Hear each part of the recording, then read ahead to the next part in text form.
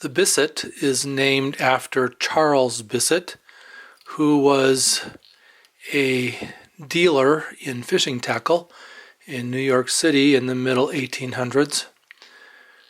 This fly is being tied from the illustration in Mary Orvis Marbury's book, Favorite Flies and Their Histories. I did find some recipes for some of Mary's flies in Mike Vala's book. He indicates that they're much larger hooks than I've been tying on. So I'm going to tie this one on a number 8, I think it is. And it is a hook that does appear to look much more like the hooks that Mary used, although it does have an eye. Mary's hooks did not have eyes.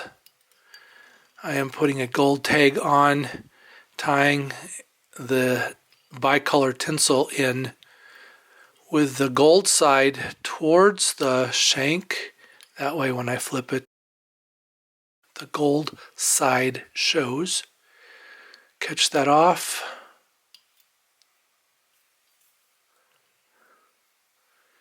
And just clip it out.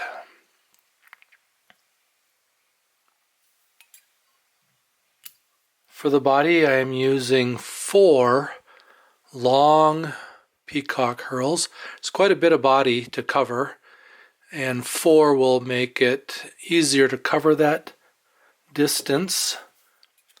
I am also stacking the herls 2 in opposite direction.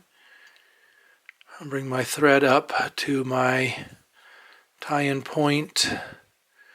That'll help also bulk up the body just a little bit. Come back to where my tag is. And then I'm going to do a loop. So I'm lifting my thread up the length of those herls, bringing my thread back down and tying it tight on the end there. Take my thread up the shank about halfway, lift the herl up against that thread loop, and then I'm going to grab all of that with my hackle plier. And I have found that making these herl ropes over the top of the hook works better when I start to wrap. So I'm twisting them together, and then I am wrapping. My normal way of tying is clockwise if I'm looking at the hook from the hook eye,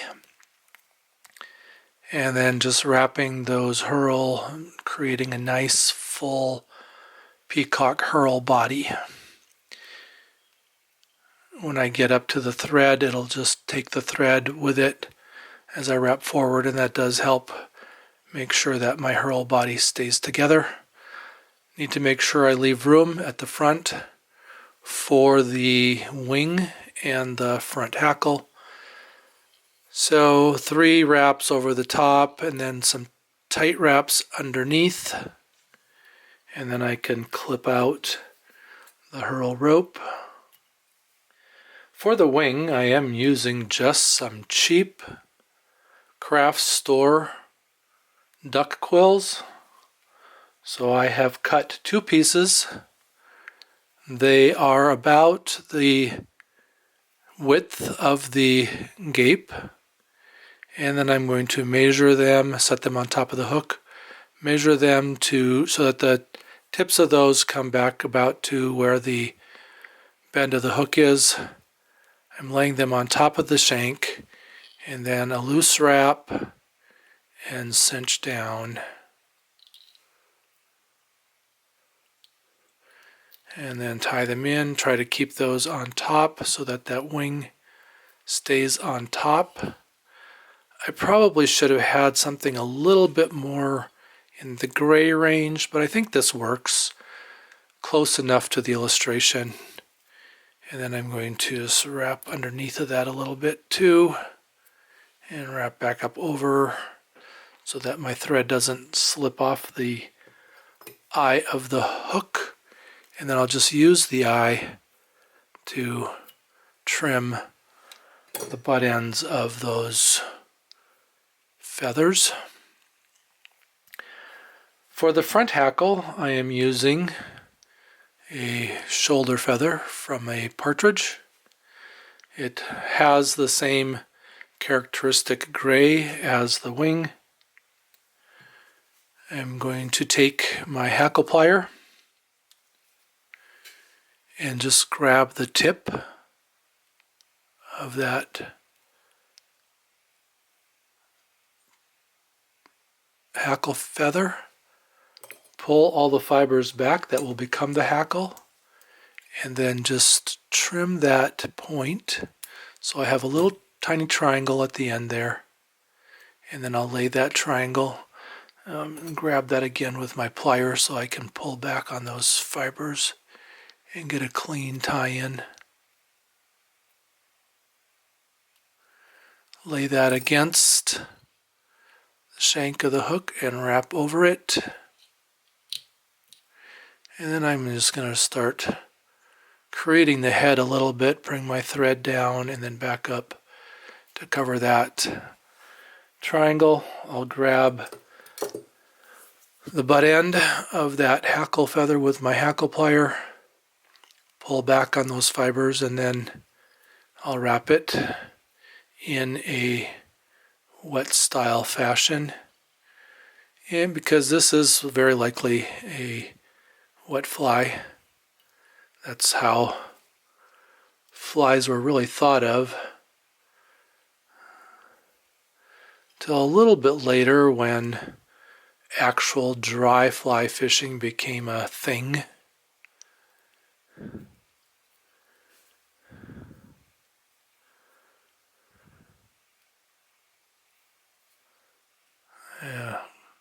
Kind of wrapped enough there so that I lost my stem. And I'll put 3 wraps up over the top of that stem, and then I'm going to pull back on all the fibers together. I find that if I wet my fingers and then just slide them along the eye of the hook and back, then I can grab everything together.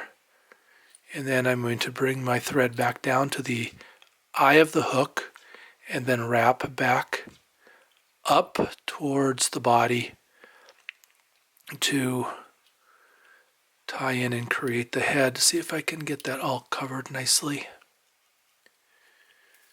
Then I'm going to reach in, lift up on that stem. And if I get some hackle feathers in the process, that's okay. Go ahead and put a whip finish on that.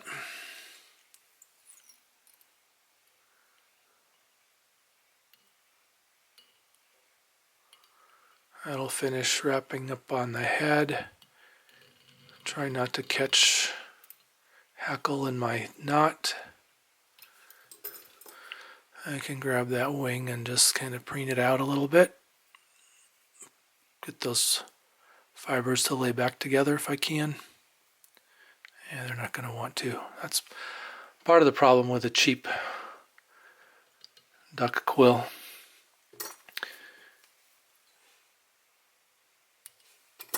Clip out my thread. I am going to put some head cement on it. I use a diluted Goop. I'll put a recipe for the Goop in the description. And just dip a needle in my jar, grab a couple drops and drop them on the head. And I'm not too worried about the eye on this hook getting filled with glue. I do think using a larger hook does make tying Mary's flies quite a bit easier. So the Bissett from Mary Orvis Marbury's book, Favorite Flies and Their Histories.